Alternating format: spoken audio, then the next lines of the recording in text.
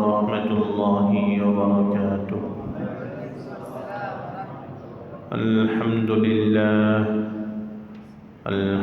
لله نحمده ونستعينه ونستغفره ونعوذ بالله من شرور أنفسنا ومن سيئات أعمالنا.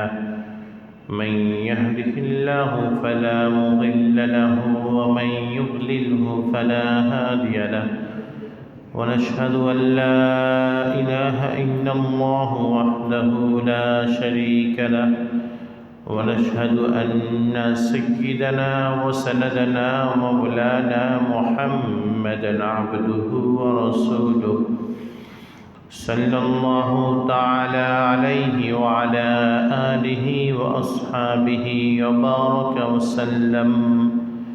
وبارك وسلم تسليما كثيرا كثيرا. أما بعد فأعوذ بالله من الشيطان الرجيم. بسم الله الرحمن الرحيم. ووصى بها إبراهيم بنيه ويعقوب يا بني إن الله اصطفى لكم الدين فلا تموتن إلا وأنتم مسلمون. أم كنتم شهداء إذ حضر يعقوب الموت إذ قال لبنيه ما تعبدون من بعدي قالوا نعبد إلهك وإله آبائك إبراهيم وإسماعيل وإسحاق إلها واحدا ونحن له مسلمون. تلك أمة قد خلت لها ما كسبت ولكم ما كسبتم ولا تسألون عما كانوا يعملون. بارك الله لنا ولكم في القرآن العظيم ونفعنا وإياكم بالآيات والذكر الحكيم. الشريف اللهم صل على محمد وعلى آل محمد كما صليت على إبراهيم وعلى آل إبراهيم إنك حميد مجيد.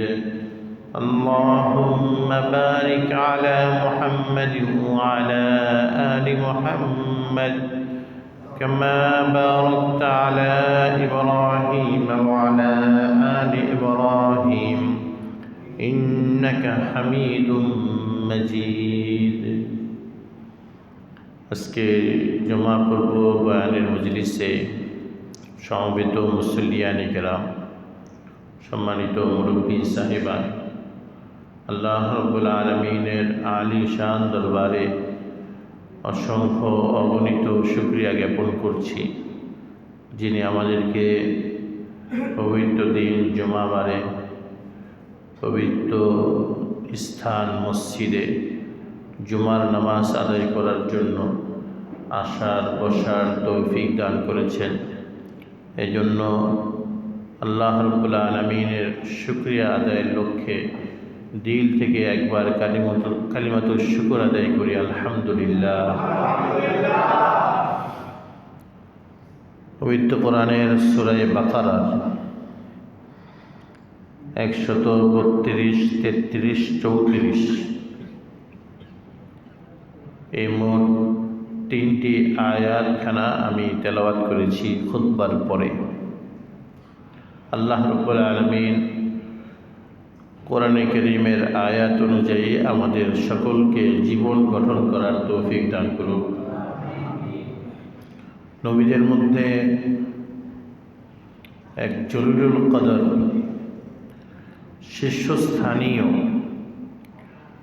এক উঁচু মানের নবী ছিলেন হযরতে ইব্রাহিম আলাইহিস সালাতু ওয়াস সালাম।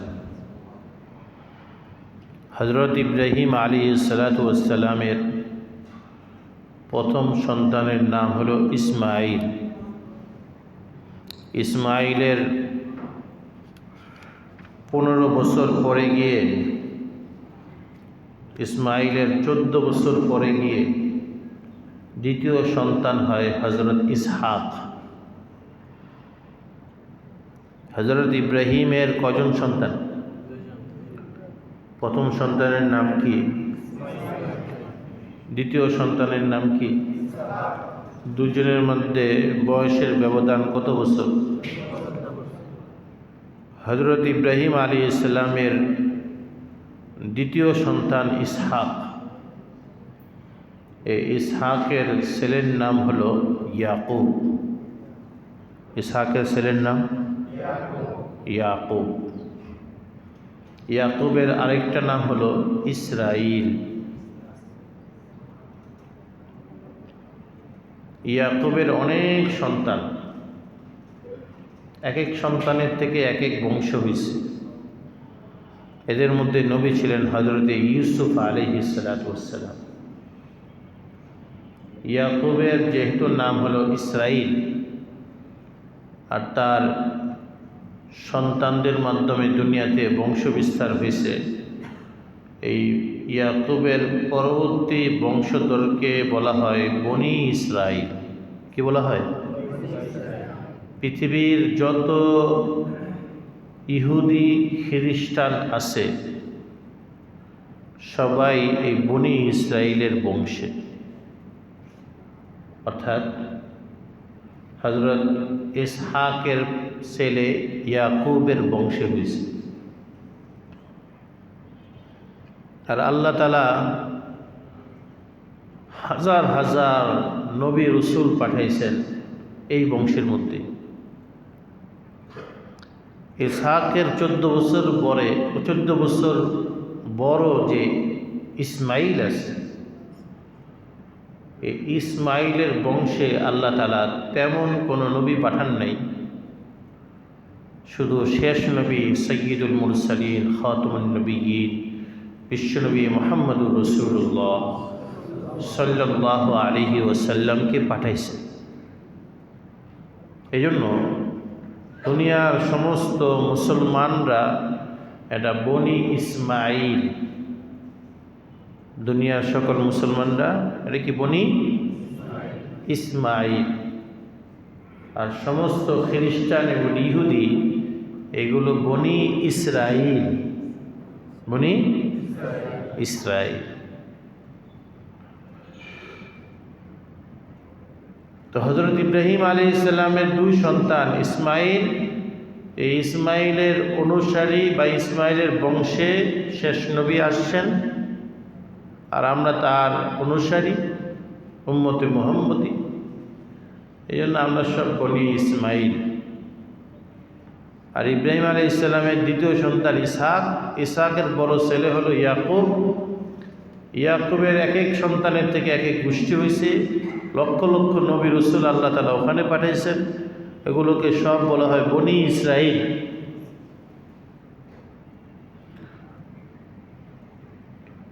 তাহলে মূল কথায় চলে আসছে, সেটা হলো এই যে এই নবীদের মধ্যে প্রধান হলেন হযরতে ইব্রাহিম আলাইহিস সালাম।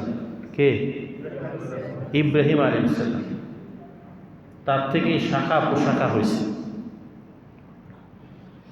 হযরত ইব্রাহিম আলাইহিস সালাম তিনি যেই ধর্ম অনুসরণ করতেন বা যে দিন মানতেন, ওই দিনকে বলা হয় দ্বীন-ই ইসলাম। কি বলা হয়? দ্বীন-ই ইসলাম। আর ওই দ্বীন-ই ইসলামের অনুসারী হলাম আমরা সকল উম্মতে মুহাম্মদী। ইব্রাহিম আলাইহিস সালাম যেহেতু সকলের মূলে আছেন, সুতরাং তার ধর্মটা হলো মূল ধর্ম। কথা ঠিক না ঠিক? ইব্রাহিম আলাইহিস সালামের পরবর্তী সন্তানদের মধ্যে ইসহাক এবং ইসহাকের ছেলে ইয়াকুব, এরপরে বংশ চলতে চলতে এক পর্যায়ে হযরত মূসা আসেন। মূসার অনুসারী মূসা আলাইহিস সালামের ধর্ম হলো ইহুদি ধর্ম। সবার শেষে আসেন হযরত ঈসা। ঈসার ধর্ম হলেন খ্রিস্টান ধর্ম। তাহলে ইহুদি ধর্ম আর খ্রিস্টান ধর্ম এগুলো মূল নবীর ধর্ম না। কথা ঠিক না বেঠিক? মূল নবীর ধর্ম হলে ইব্রাহিম আলাইহিস সালাম মূল নবী, এবং তার মূল ধর্ম হলো দ্বীন-ই ইসলাম। এই কথাটা আমাদের মাথায় মনে রাখতে। বর্তমান যুগে খ্রিস্টান মিশনারিরা আমাদের কাছে প্রশ্ন করে যে তোমাদের নবী আগে আসছেন নাকি আমাদের ঈসা নবী আগে আসছেন? আমাদের ঈসা নবী তো তোমাদের নবী মুহাম্মদের 500 বছর আগে আসছেন, সুতরাং আমাদের ধর্ম হলো পুরাতন ধর্ম, ওটাই মূল ধর্ম। এমনিভাবে ইহুদিরাও আমাদের কাছে প্রশ্ন করে যে তোমাদের নবী মুহাম্মদের বহুত আগে, অনেক আগে হযরত মূসা আমাদের নবী আসছেন, তার ধর্ম হল ইহুদি ধর্ম। মূসা আলাইহিস সালাম এবং ঈসা আলাইহিস সালাম, এই দুইয়ের মধ্যে আল্লাহ তাআলা 4000 নবী রাসূল পাঠিয়েছেন। সুবহানাল্লাহ। কত নবী রাসূল পাঠিয়েছেন? শুধু মূসা এবং ঈসা আলাইহিস সালামের মাঝখানে 4000 নবী রাসূল পাঠিয়েছেন। তো ইহুদিরা বলে তোমাদের নবীর 500 বছর আগে ঈসা আলাইহিস সালাম আসছে, তারও 4000 নবী রাসূলের আগে আমাদের নবী মূসা আসছেন, সুতরাং আমাদের ধর্মটা হলো মূল ধর্ম। তারা এই কথা বলে, কিন্তু আসল ইতিহাসে ধরলে তাদের কথা ভুল না গলত? তার কথা সঠিক না ভুল? ভুল। তাদের কথাটা ভুল, কারণ এদের মধ্যে সর্বপ্রথম হলেন হযরত ইব্রাহিম আলাইহিস সালাম। তিনি মক্কা আবাদ করছেন, তিনি খানায়ে কাবা নির্মাণ করছেন, তিনি ইহুদি এবং খ্রিস্টানদের জাদ্দে আমজাদ, পূর্বপুরুষ। তার ধর্ম ছিল দ্বীন-ই ইসলাম। তিনি আমাদের নাম দিয়েছেন হুয়া সাম্মাকুমুল মুসলিমিন, তিনি আমাদের নাম দিয়েছেন মুসলমান। কি নাম দিয়েছেন? তার ধর্ম ছিল ইসলাম। ওই ইসলামের অনুসারী যারা হবে তারাই মুসলমান। উম্মতে মুহাম্মদী যেভাবে মুসলমান, নবী মুহাম্মদ সাল্লাল্লাহু আলাইহি ওয়াসাল্লামের অনুসারীরা যেভাবে মুসলমান, নবী মুহাম্মদের আগমনের আগে ইব্রাহিম আলাইহিস সালামের ধর্মের উপর যত মানুষ ইব্রাহিমের যুগে এবং পরবর্তীতে ছিল তারাও মুসলমান। ইহুদি খ্রিস্টান তারা ভিন্ন। বর্তমান যুগের ইহুদিরা সহ প্রাচীনকালের ইহুদিরা একটা কথা বলে, আল্লাহ রাব্বুল আলামিন তাদের এই প্রোপাগান্ডার জবাব দেওয়ার জন্য সূরা বাকারার 132, 33 এবং 34 নম্বর আয়াত নাযিল করছে। ইহুদিরা অপপ্রচার চালায় এবং খ্রিস্টানরা অপপ্রচার চালায়। তারা বলে ইহুদি এবং খ্রিস্টানরা তারা এই অপপ্রচার করে, এই প্রোপাগান্ডা ছড়ায় যে ইব্রাহিম আলাইহিস সালাম ইন্তিকালের আগে সন্তানদেরকে ডেকে সবাইকে পরবর্তীতে মূসা আসলে সবাইকে ইহুদি হওয়ার জন্য বলছে। নাউজুবিল্লাহ মিন যালিক। ইব্রাহিম তার সন্তান ইসমাইল এবং ইসহাককে নসিহত করছিলেন, ওসিয়ত করছিলেন ইন্তিকালের আগে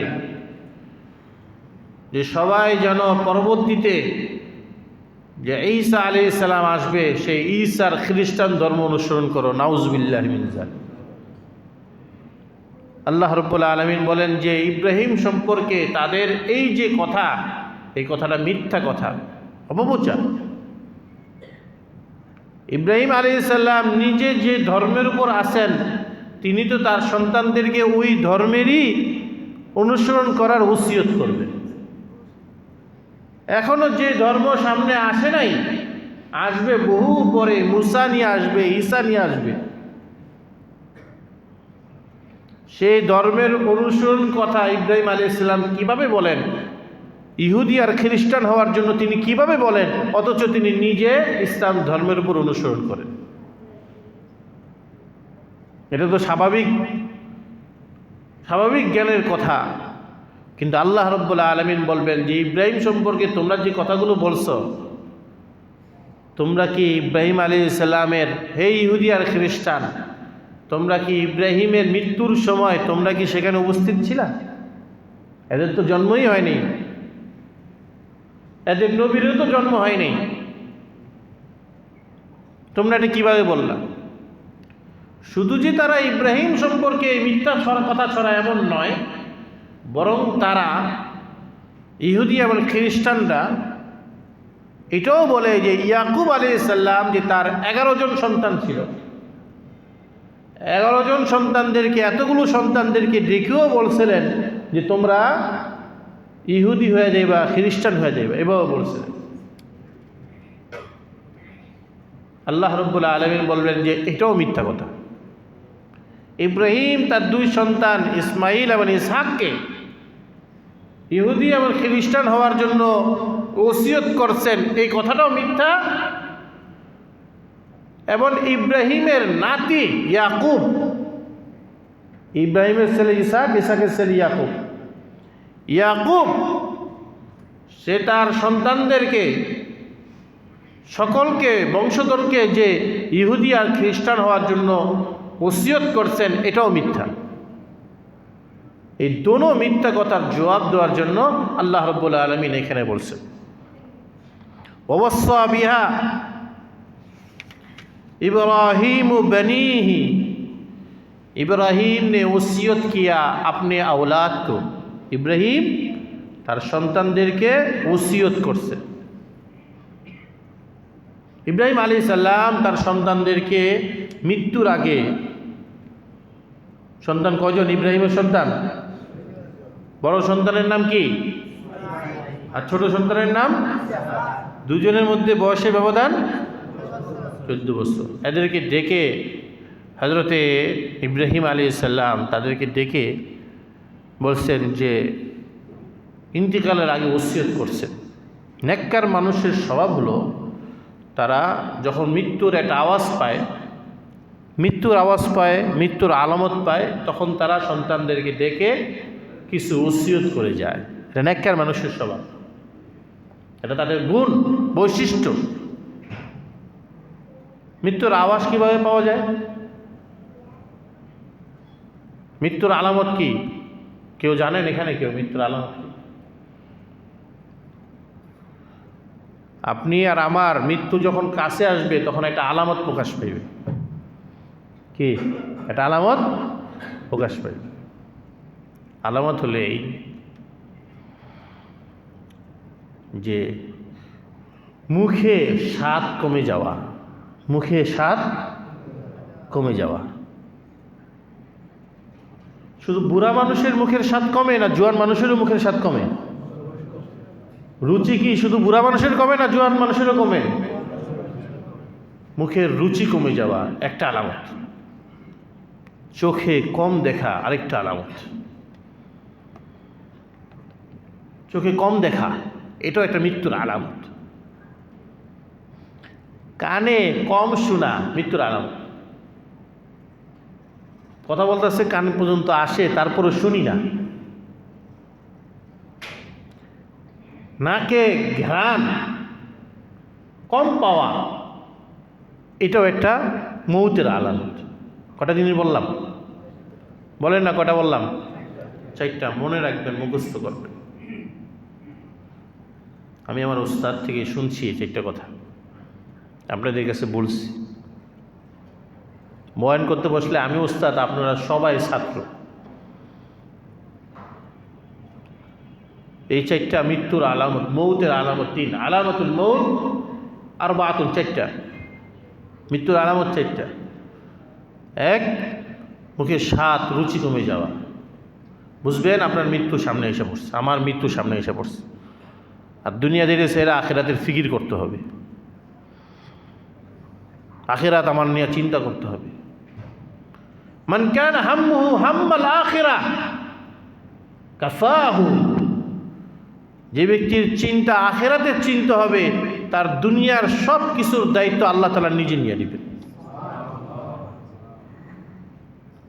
এই জন্য যখন মুখে স্বাদ কমে যাবে, রুচি কমে যাবে, মনে করবেন যে আমার আখেরাতে চিন্তা করতে হবে। দুনিয়া এটার দায়িত্ব আল্লাহর।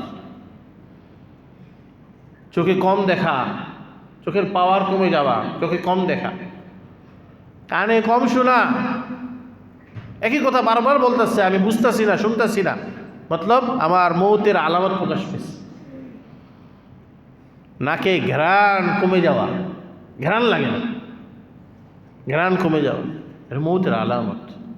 এই চারটা হযরত ইব্রাহিম আলাইহিস সালাম এই সমস্ত আলামত যখন প্রকাশ পেয়েছেন, হযরত ইব্রাহিম আলাইহিস সালাতু ওয়াস সালাম তার বড় সন্তান ইসমাইল এবং তার ছোট সন্তান ইসহাক দুজনকে ডেকে বলছেন। কারণ নেককার মানুষের গুণ বা বৈশিষ্ট্য হলো তারা ইন্তেকালের আগে সন্তানদেরকে দ্বীনের উপর অটল থাকার জন্য তারা ওসিয়ত করে যান। তিনি ওসিয়ত করলেন, হে আমার বাচ্চারা, আমার মৃত্যুর কাছে, আমার মৃত্যুর পর তোমাদের ধর্ম কি হবে তোমরা বলো। ইব্রাহিম আলাইহিস সালাম কিন্তু নিজে তাদেরকে বলে দিতে পারতেন যে তোমরা ইসলাম ধর্মের উপর চলবে, এইভাবে বলে দিতে পারতেন। তিনি কিন্তু এভাবে বলেন নাই। বিহা ইব্রাহিমু বানিহি, ইব্রাহিম তার সন্তানদেরকে ওসিয়ত করলেন, ইয়া বানিয়া, ইয়া আমার সন্তানরা, ইন্নাল্লাহ আস্তাফা লাকুমুদ্দিন, আল্লাহ তাআলা তোমাদের জন্য নির্বাচন করছেন দ্বীন ইসলামকে। সুবহানাল্লাহ। জীবন পরিচালনা করার যে পদ্ধতি, এটাকে বলা হয় দ্বীন, ধর্ম। জীবন পরিচালনা করার যে পদ্ধতি, এটাকে কি বলা হয়? দ্বীন, ধর্ম। পশু পাখির জীবন পরিচালনা করার কোনো পদ্ধতি নেই, সুতরাং তাদের কোনো ধর্ম নেই। মানুষের জীবন পরিচালনা করার পদ্ধতি থাকতে হবে, সুতরাং তাদের ধর্ম লাগবে। ইব্রাহিম তাদের সন্তানদেরকে বললেন, তোমাদের জন্য আল্লাহ তাআলা ধর্ম নির্বাচন করছেন দ্বীন ইসলাম। ফালা তামুতুন্না ইল্লা ওয়া আনতুম মুসলিমুন, তোমাদের জন্য আল্লাহ নির্ধারণ করছেন, নিজে বলেন নেই, আল্লাহ নির্ধারণ। ইন্নাল্লাহ আস্তাফা লাকুমুদ্দিন, আল্লাহ তোমাদের জন্য নির্ধারণ করছে। আমি বাবা নিজের পক্ষ থেকে কোনো কথা বলতেছি এমন না, বরং আল্লাহ রব্বুল আলামিন, তোমার আর আমার সৃষ্টিকর্তা, তিনি এইটা নির্ধারণ করছেন। এটা বাবার ফরমাইশ না, বাপ দাদার নির্দেশ নয়, এটা খালিকুল কায়নাত, বিশ্ব জগতের মালিক যিনি, তিনি এটা নির্ধারণ করে দিয়েছেন। তোমারও মালিক, আমারও মালিক। ফালা তামুতুন্না, সুতরাং তোমরা মরবা না, ইল্লা ওয়া আনতুম মুসলিমুন, তবে মুসলমান হয়েই মরবা, মুসলমান থেকেই মরবা। হয়ে বলতে হয়ে তো আসোই, মুসলমান থেকেই মরবা। ইসলাম ধর্মের উপর তোমাদেরকে আমি যেভাবে আমার জীবদ্দশায় পরিচালনা করছি, দ্বীনের উপর আমি তোমাদেরকে যেভাবে পরিচালনা করছি, ঠিক আমার ইন্তিকালের পর তোমরাও সেভাবে চলবা। শুধু চলবা এমন না, বরং এভাবে চলতে চলতে ওভাবেই তোমরা মৃত্যুবরণ করো। সুবহানাল্লাহ। ইসলামের উপর তোমাদের জিনা এবং মরনা, তোমাদের জীবিত থাকা, তোমাদের মৃত হওয়া, এর ইসলামের উপর যেন হয়। ইব্রাহিম আলাইহিস সালাম তার সন্তানদেরকে বলছেন। ইব্রাহিমের সন্তান কজন বলছিলাম? কি কি? ইসমাইল এবং ইসহাক আলাইহিস সালাম। এরপরে ইহুদি আর খ্রিস্টানরা যে বলে, ইয়াকুব আলাইহিস সালাম তার সন্তানদেরকে বলছিলেন। আল্লাহ বলেন, আম কুনতুম শুহাদা, এ ইহুদি আর খ্রিস্টান, তোমরা কি উপস্থিত ছিলা? তোমরা কি তখন সাক্ষী ছিলা? ইয হাওয়ারা ইয়াকুব আল মাউত, যখন ইয়াকুবের কাছে তার মৃত্যু হাজির হয়েছিল। ইয়াকুবের কাছে মৃত্যু হাজির হয়েছে, ফলে ইয়াকুব তার সন্তানদেরকে ওসিয়ত করছেন। সেই সময় এই তোমরা ইহুদি আর খ্রিস্টান, তোমরা কি সকল উপস্থিত ছিলা? তখন তো তোমাদের অস্তিত্বই ছিল না। তখন তো তোমরা যে নবীদের কথা বলো মুসা এবং ঈসা আলাইহিমুস সালাম, তারাও তো ছিলেন না, তাদের তো জন্মই হয় নাই। তখন তোমরা এই কথা কিভাবে বলো যে ইয়াকুব তার সন্তানদেরকে ইহুদি হওয়ার জন্য, খ্রিস্টান হওয়ার জন্য ওসিয়ত করতেন? তোমরা এটা কিভাবে বলো? ওই সময় তো তোমরা ছিলে না। ওই সময় যিনি ছিলেন তিনি না সঠিক কথাটা বলতে পারবেন। আমি আপনাদেরকে জিজ্ঞাসা করি, ইয়াকুব আলাইহিস সালামের মউতের সময় কে ছিলেন? বলেন না, কে ছিলেন?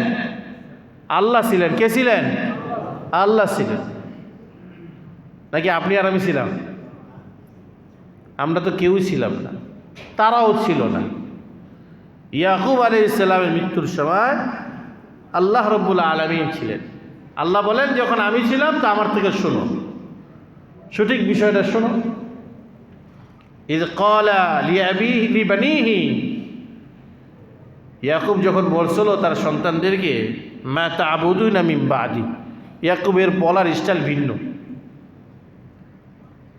ইব্রাহিমও ওসিয়ত করছেন সন্তানদেরকে, ইয়াকুবও ওসিয়ত করছেন সন্তানদেরকে।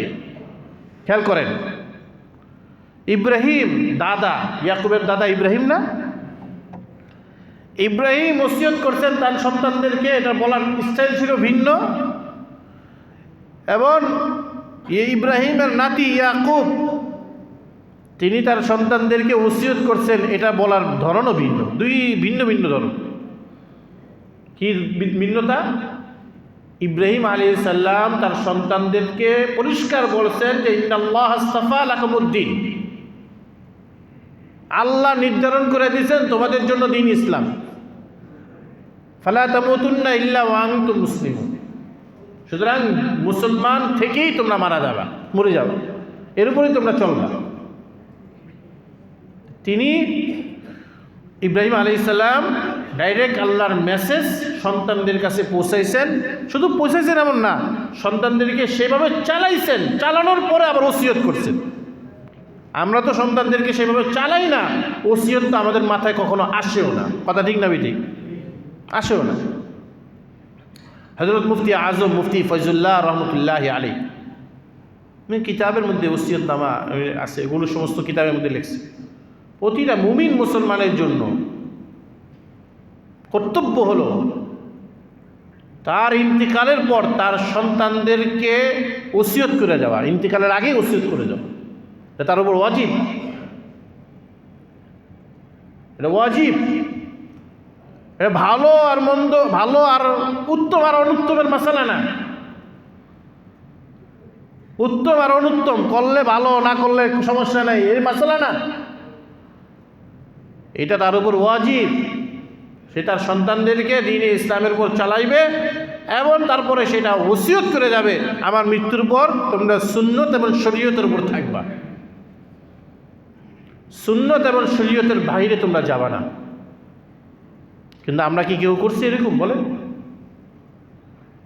আমাদের সন্তানরা মানুষের ইন্তেকালের পর, বাবার ইন্তেকালের পর, দাদার ইন্তেকালের পর, মার ইন্তেকালের পর শরীয়ত আর সুন্নতের কোনো বালাই তো তাদের মধ্যে থাকেই না। শত রুসুম, রেওয়াজ, খুরাফাত, কুসংস্কার, কুপথার, গলত রেওয়াজ, বেদাত, এগুলো নিয়ে আমাদের সন্তানরা প্রায় 3-4-1 বছর পর্যন্ত সময় পার করে। মরার পরেই এগুলো শুরু হয়ে যায়। সমস্ত রুসুম রেওয়াজ মরার পর থেকেই শুরু হয়ে যায়। হযরত হাকিমুল উম্মত হযরত মাওলানা আশরাফ আলী থানভী রহমতুল্লাহ আলাইহি তিনি বলছেন যে আমার ইন্তিকাল হওয়ার সাথে সাথে তড়িঘড়ি করে আমাকে গোসল দিবা এবং গোসল দেওয়ার পরে আমার কাফন পরাইবা, কাফন পরার পর আমার জানাজা দিবা, তড়িঘড়ি করে তারপরে দাফন দিয়ে দিবা। একদিন পরে জানাজা হয়, কত মানুষের উপস্থিতি লাগে।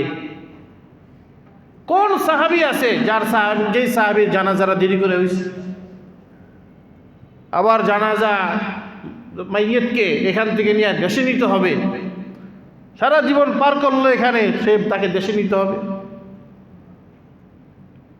দেশে এই 3 ঘন্টা 4 ঘন্টা আরও বেশি পথ, পরিষ্কার ফিকহের কিতাবের মধ্যে মাসলা আছে 3 মাইলের দূরত্বে নেওয়া লাশ স্থানান্তর করা এটা নাজায়েজ। ফিকহের কিতাবের মধ্যে মাসলা আছে 3 মাইলের দূরত্বে। এমন কিতাবের মধ্যে এটা মাসলা আছে মানুষ যেখানে মরে সেখানে তার দাফন দেওয়া, এটাই সুন্নত। মানুষ যে গ্রামে মরে, যে মহল্লায় মরে, যে এলাকায় মরে, যে স্থানে মরে, যে থানায় মরে সেখানে তাকে দাফন দেওয়া, এটাই সুন্নত। ও তো দূরে গ্রামে ফালাই দিয়ে আসছেন, কে যাবো জিয়ারত করতে? আপনি যাইবেন?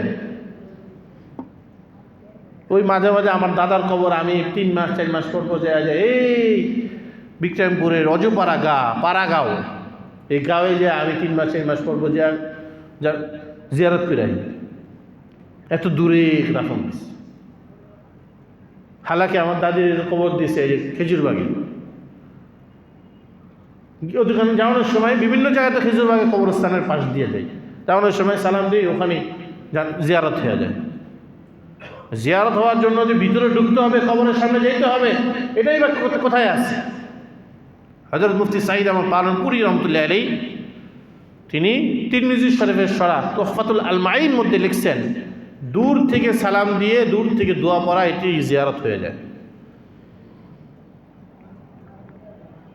হযরত পালনপুরি রহমতুল্লাহ আলাইহিকে যারা দেখছেন, মাওলানা আব্দুর রহিম সাহেবের উস্তাদ, যারা দেখছেন তারা জানেন যে পালনপুরি দেবন্দের মাদ্রাসা, যে মাদ্রাসার কবরস্থান, ওই কবরস্থানের ভিতরে ঢুকতেন না, ওই বাইরের থেকেই সদর দরওয়াজা বাইরেতে ওখানে ঢুকে ওখান থেকে সালাম দিতেন, ওখান থেকে জিয়ারত করে নিতেন।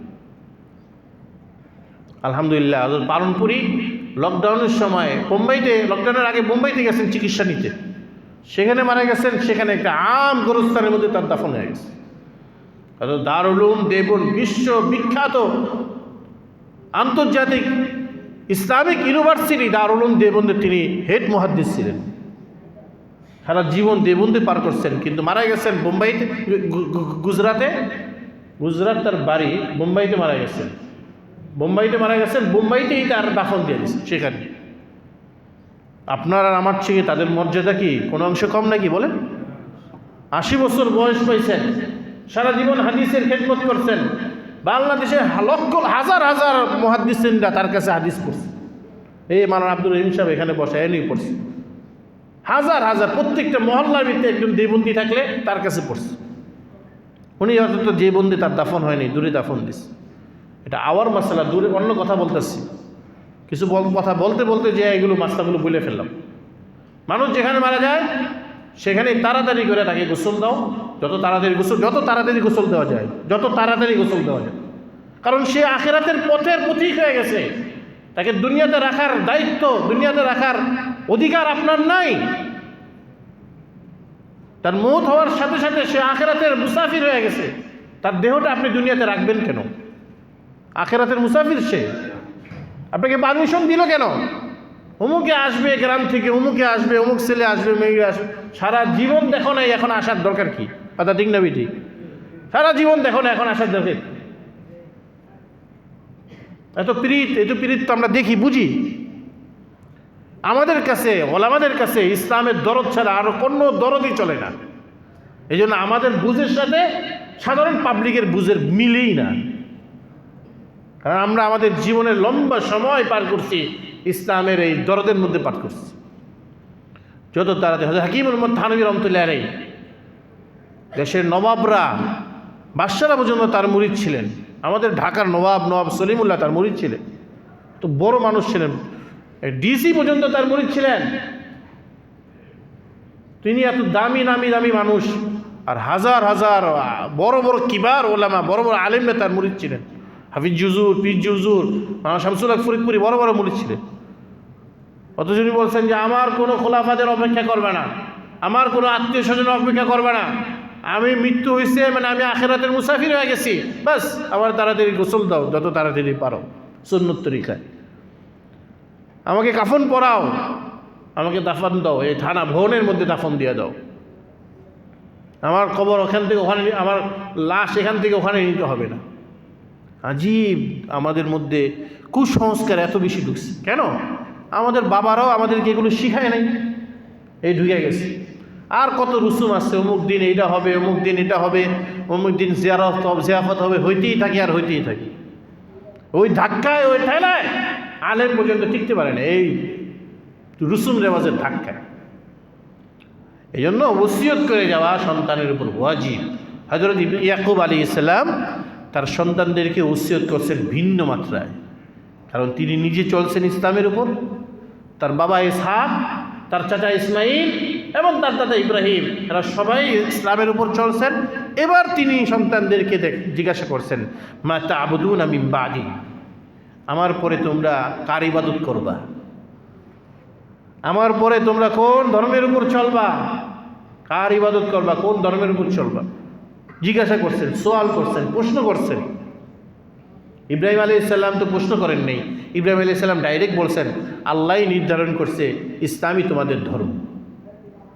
আর ইয়াকুব আলাইহিস সালাম ইব্রাহিমের নাতি, তিনি বলছেন যে আমার পরে তোমরা কার ইবাদত করবা, আমার পরে। ওই পিছনে কি কি কথা কয়, পিছনে ওই পিছনে কে কে কথা কয়, এই মসজিদে কথা বলতেছ, মসজিদে বের হয়ে যাও। সারা দুনিয়ায় কথা বলে, মসজিদে এসেও কথা বলে।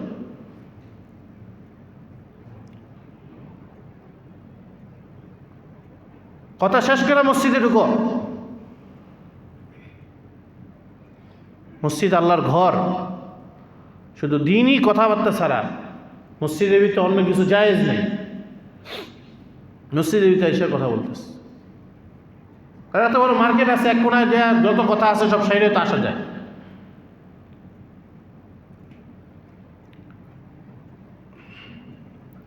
হযরত ইয়াকুব আলাইহিস সালাম তার সন্তানকে বলছেন আমার পরে তোমরা কার ইবাদত করবা, মা তা'বুদুনা মিন বা'দি। প্রশ্ন করছেন। এই প্রশ্ন করার মানে কি? প্রশ্ন করার মানে হলো আমি যে তাদেরকে চালাইছি যে ধর্মের উপরে, তারা কি সেই ধর্মের উপরে চলছে কিনা এবং তাদের মধ্যে সে বুঝটা তৈরি হয়েছে কিনা, তাদের মধ্যে দিনের বুঝ, দিনের দরদ তৈরি হয়েছে কিনা, তাদের থেকে উত্তর আসুক, তাদের থেকে উত্তর আসুক, দেখি তারা কি বলে। ইয়াকুব আলাইহিস সালামের সন্তানরা এত সুন্দর জবাব দিচ্ছে বলার ভাই। ইয়াকুব আলাইহিস সালামের সন্তানরা বলছেন, ক্বালু, তারা বলছেন, না'বুদু ইলাহাকা, আপনি আমাদের বাবা, আপনার যে রব আছেন, আপনার যে আল্লাহ আছে, আমরা সেই আল্লাহর ইবাদত করব। এক, আপনি সারা জীবন আপনাকে দেখছি না, আপনি এইভাবে চলছেন, তা আমরাও সেভাবে চলব ইনশাআল্লাহ। এক নম্বর। তারপরে ওয়াইলাহা আবাইকা, ইয়াকুব আপনি আমার বাবা, আপনার যেই পরদাদা আছে, পরদাদার নাম কি? ইব্রাহিম আলাইহিস সালাম। আপনার যে দাদা আছে ইব্রাহিম, ওই ইব্রাহিমের অনুসরণ করুন। ইয়াকুবরে বললেন, ইয়াকুব আলাইহিস সালামের সন্তানরা বললেন যে আমরা আপনার আল্লাহর ইবাদত করব, আপনার যে দাদা আছে ইব্রাহিম তারও ইবাদত করব, এবং ওই ইসমাইল ও ইসহাক, আপনার দাদার বড় ছেলে ইসমাইল তার ইবাদত করব, ওই ইসহাক এবং তার ছোট ছেলে আমাদের দাদা আপনার বাবা ইসহাক তারও অনুসরণ করব। এই যে একটা সিরিয়াল, এই সিরিয়াল অনুযায়ী আমরা ইবাদত করব। তো এর সবার ইলাহকে, সবার রবকে, সবার রবকে, উনি কি একজন না দুইজন? এই জন্য বলছেন ইলাহান ওয়াহিদা, একজন আল্লাহ। আপনার ইলাহ একজন, আপনার দাদা ইব্রাহিমের ইলাহ একজন, এবং ইব্রাহিমের ছেলে ইসমাইল একজন, তার ইলাহ একজন, এবং আমাদের দাদা ইসহাক তার ইলাহ কি? একজন। ইলাহান ওয়াহিদা, একজনের ইবাদত করে। এটা কিভাবে বলছেন? এই যে কিভাবে বলছেন, এই বুদ্ধিটা তাদের মধ্যে কিভাবে হইল? বাবা তাদেরকে এইভাবে চালাইছেন। ওয়ানাহনু লাহু মুসলিমুন, ওই এক ইলাহর ইবাদত করব, এক আল্লাহর ইবাদত করব। ওয়ানাহনু লাহু মুসলিমুন, আর আমরা সেই আল্লাহরই অনুগত হয়ে, আমরা মুসলমান হয়ে দুনিয়াতে চলব। সুবহানাল্লাহ। এইভাবে সন্তানদেরকে জিজ্ঞাসাবাদ করা, সন্তানদের থেকে উত্তর আসে। এখন ইহুদি আর খ্রিস্টানরা বলে, ইহুদি আর খ্রিস্টানরা তারা দুনিয়ার মধ্যে যা ইচ্ছা তা করে, যত অরাজকতা করে সব কিছু করে, কিন্তু তারা বলে যে আমাদের কোনো শাস্তি হবে না। কেন শাস্তি হবে না? এরা বলে যে আমাদের শাস্তি হবে না এই জন্য যে আমাদের পূর্বপুরুষ ইব্রাহিম ছিলেন, ইসহাক ছিলেন, ইসমাইল ছিলেন, ইয়াকুব ছিলেন, এরা তো সব আল্লাহওয়ালা ছিলেন, আল্লাহর নবী ছিলেন, সমস্ত নেককার মানুষ ছিলেন, তাই এদের উসিলে আমরা পার পেয়ে যাব। আল্লাহ তাআলা এই কথার জবাব দিতেছেন, তিলকা উম্মাতুন কদ খালাত, এর এক জাতি ছিল ইব্রাহিম, ইসমাইল, ইসহাক, ইয়াকুব, মুসা, ঈসা আলাইহিমুস সালাতু ওয়াস সালাম, এর এক জাতি ছিল কদ খালাত, এরা তো চলেই গেছে। লাহা মা কাসাবাত, তাদের উপকারী জিনিস তো তাদের আমল যা তারা উপার্জন করছেন তারা করে গেছে। পরকালে তাদের উপকার কোনটা? পরকালে তাদের উপকার করার জন্য তোমাদের কোনো আমলের দরকার নেই। এই ইহুদি আর খ্রিস্টান তোমাদের কোনো নেক আমলের দরকার নেই, তাদের উপকারী জিনিস তো তারা দুনিয়াতে জীবিত থেকেই সব কিছু করে গেছে। ওয়ালাকুম মা কাসাবতুম, এবার তোমাদের উপকারী পরকালে তোমাদের উপকার কোনটা হবে? এটা সেটাই হবে যেটা তোমরা দুনিয়াতে এখন করবা। তোমরা দুনিয়াতে নেক কাজ করলে পরকালে তোমরা পাইবা। তাদের নেক কাজের সওয়াব তোমরা পাইবা না, তোমাদের নেক কাজের সওয়াব তাদের দরকার নেই, তারা নেক কাজ কইরাই তো তারা চলে গেছে। ওয়ালা তুসআলুনা আম্মা কানু ইয়ামালুন, তোমাদেরকে এটা জিজ্ঞাসা করা হবে না ইব্রাহিম ইসমাইল এই যে আমলগুলো করছে এই আমলগুলো তোমাদের ভাগ্যে জুটবে এই ব্যাপারে তোমাদেরকে কোনো জিজ্ঞাসা করা হবে না। তাদের আমল নিয়ে তারা কবরে চলে গেছে, তোমাদের আমল নিয়ে তোমরা কবরে চলে যাও। তাদের আমল তাদের কাছে, তোমাদের আমল তোমাদের কাছে। একজনের আমল আরেকজনের জন্য যথেষ্ট নয়, আরেকজনের মুক্তির জন্য যথেষ্ট নয়। একজনের গুনাহ আরেকজনের উপর চাপাই দেওয়া হবে না। কাফের তার সন্তান তার নাতি মুসলমান হয়েছে, কাফের নাতি মুসলমান হয়েছে, ইসলামের ইতিহাস আছে। কাফের নাতি মুসলমান হয়েছে, মুসলমান হয়ে সব বড় মুহাদ্দিস হয়েছে, মুফতি হয়েছে, ফকিহ হয়েছে, কিন্তু এই নাতির সওয়াব দাদার আমল নামায় পৌঁছবে না। লা তাজিরু ওয়াজিরাতু উযরা উখরা, একজনের সওয়াব আরেকজনের, ওয়ালা তাজিরু ওয়াজিরাতু উযরা উখরা, একজনের বোঝা আরেকজনের উপর চাপাই দেওয়া হবে না। হের দাদা কাফের আসলো এই জন্য এর পিছনে নামাজ সহি না, এরকম মানুষ দুনিয়াতে কিছু আছে না? গলত মলত মাসলা দেয়, হের দাদায় কাফের আসলো, হের বাবা এটা আসলো, হের ভাই এরকম এই জন্য তার পিছনে নামাজ সহি না। আরে হ্যাঁ ঠিক আছে কিনা এটা দেখো মিয়া, রাসূলুল্লাহ সাল্লাল্লাহু আলাইহি ওয়াসাল্লামের চাচারাও তো কাফের আসলো, আবু লাহাব, আবু তালেব, এরাও তো কাফের আসলো।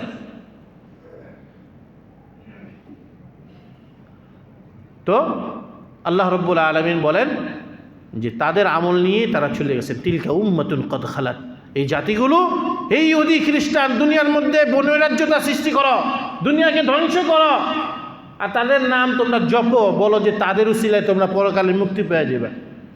অসহায় নারীদেরকে, অসহায় শিশুদেরকে, সাধারণ জনসাধারণের উপর যেভাবে তোমরা ফিলিস্তিনে হামলা করছো, আফগানিস্তানে হামলা করছো, বর্তমানে হিন্দুস্তানের মধ্যে হামলা করতেছো, বার্মার মধ্যে হামলা করছো, আর তোমরা বলো যে আমাদের পূর্বপুরুষটা নেককার আসলো তাদের উসিলে আমরা জান্নাতে চলে যাব।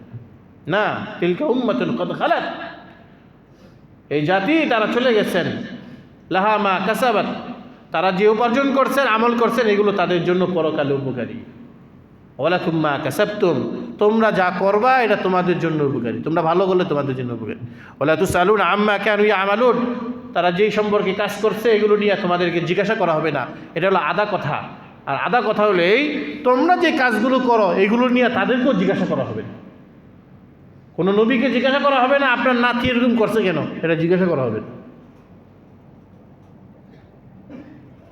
কোনো নবীকে এটা জিজ্ঞাসা করবে না আপনার উম্মত কেন এগুলো কাজগুলো করছে, কোনো নবীকে এটা জিজ্ঞাসা করা হবে না। নবী তার দায়িত্ব আদায় করে দুনিয়াতে গেছে।